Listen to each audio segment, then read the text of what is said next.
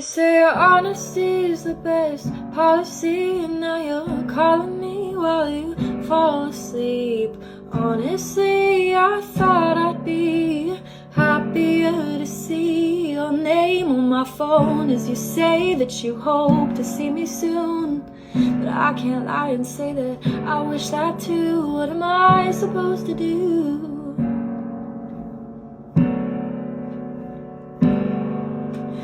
For the sake of honesty, I'll tell you all about my dreams. I want a house, a dog, a family, and the rest will just have to wait and see. But in the name of honesty, I've got to tell you that for me, that when I dream I don't see you there in the scenes.